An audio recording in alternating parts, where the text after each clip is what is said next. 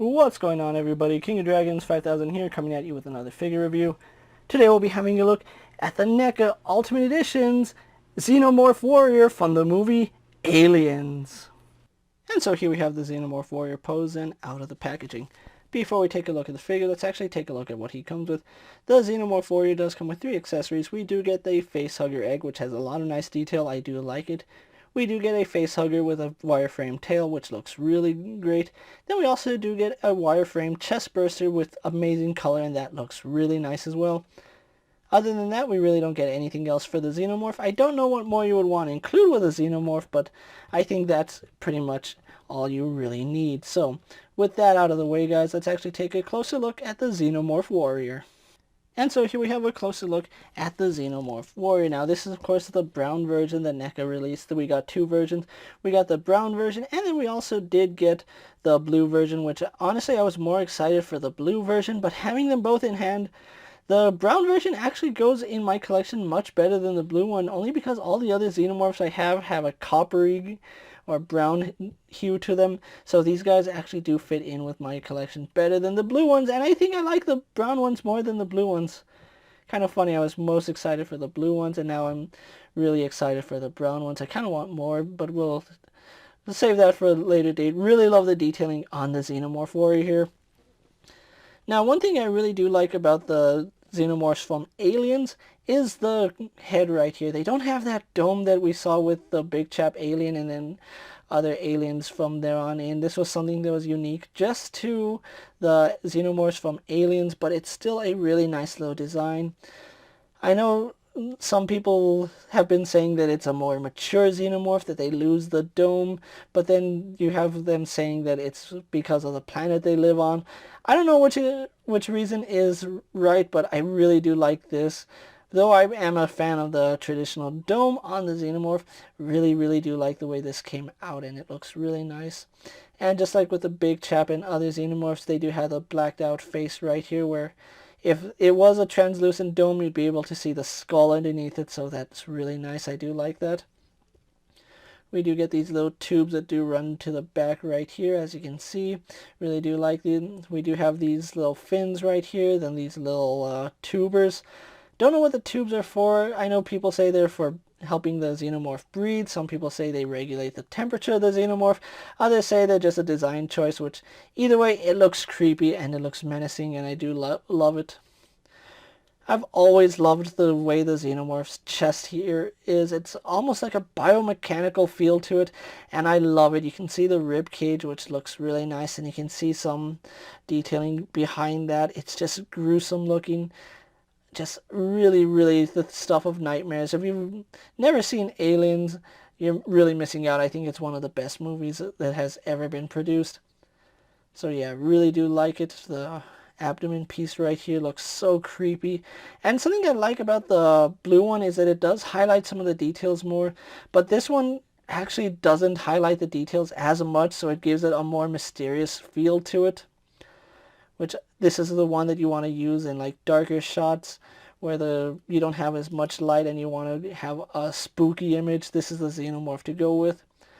Really do like these legs. They look really gruesome, and you can see these little ports right here. Don't know what they're for, but every Xenomorph has them. Fingers are really elongated, and they only have 5 fingers, unlike the big chap which had 6, but you can see just how otherworldly they look. I want to say alien because you have the 2 fingers that seem like they're joined together, and it's a really distinct look. And you can see they even have this little notch that's missing in their hand, and you have this little ridge that pops up. So just overall really love the design of the Xenomorph. Wireframe in the tail, which looks really nice. You can see almost like a spine right here. The backbone is actually protruding out and goes into the tail, so I really do like the way that came out.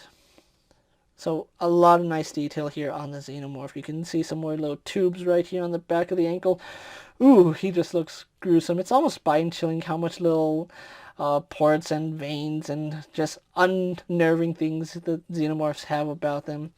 One thing I really do love is the gloss paint that they use on the Xenomorphs. And like I said with the blue Xenomorph, they should add drool to the Xenomorphs, especially seeing as how the Xenomorphs drool a lot.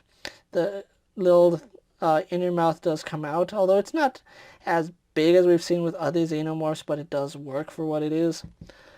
So, with that out of the way, guys, we're actually going to take a quick comparison between this Xenomorph and other figures you may have in your collection.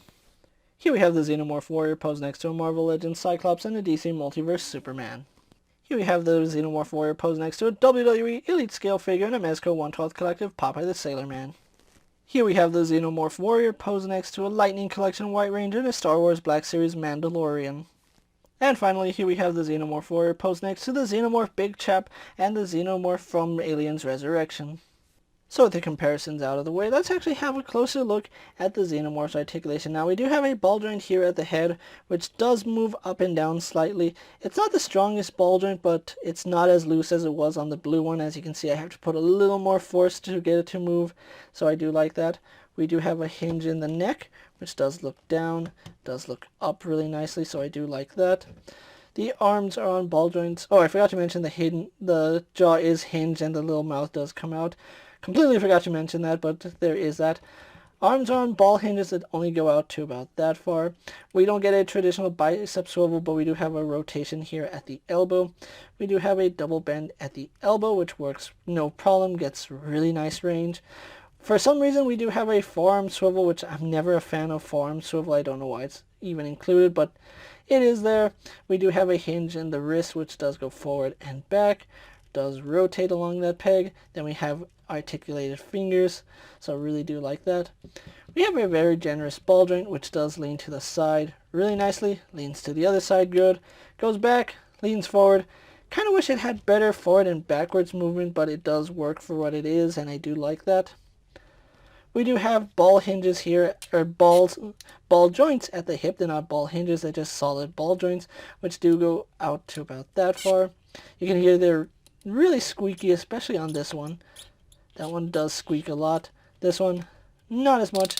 Oh, but you can hear that. That leg does move forward. I do have to hit that with some lubricant because, oh, you can hear that.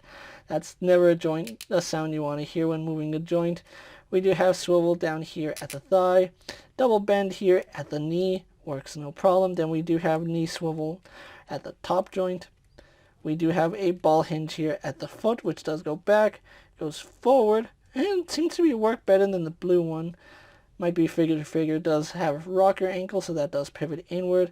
We do have some slight rotation. Then we do get a toe hinge right there.